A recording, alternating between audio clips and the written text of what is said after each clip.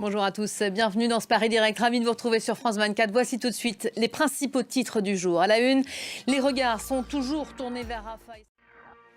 Les regards sont encore tournés aujourd'hui vers le Proche-Orient. La bande de Gaza a encore vécu une nuit particulièrement rude. De nombreux bombardements ont eu lieu la nuit dernière.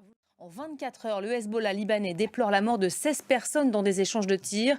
Depuis près de 6 mois, les violences opposent quotidiennement l'armée israélienne au mouvement chiite et ses alliés qui affirment agir en soutien du Hamas palestinien. Antoine Fenot.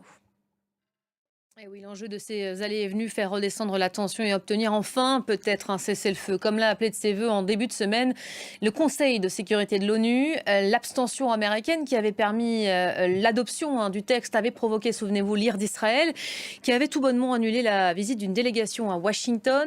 Eh bien, la Maison-Blanche a confirmé hier soir que les négociations en coulisses, malgré tout, se poursuivaient. Écoutez.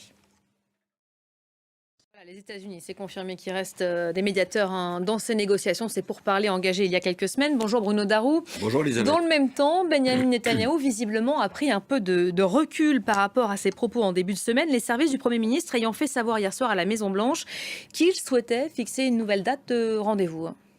Oui, alors il faut revenir quelques jours en arrière. Merci beaucoup Bruno.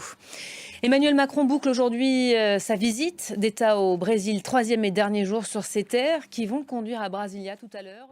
Les syndicats et les oppositions françaises vont debout après l'explication de texte hier soir de Gabriel Attal. Le Premier ministre s'exprimait chez nos confrères de TF1 où il a confirmé sa volonté de mettre en place une nouvelle réforme de l'assurance chômage cet été pour un examen à l'automne.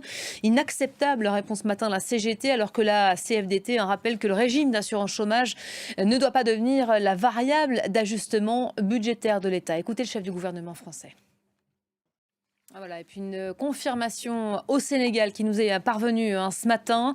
Diomaye Faye est donc élu président dès le premier tour avec 54,28% des voix, loin devant le candidat du pouvoir Amadou Ba. Ces résultats qui doivent maintenant être validés par le Conseil constitutionnel. Et fin de ce journal, reste avec nous, d'autres infos à suivre tout de suite sur France 24.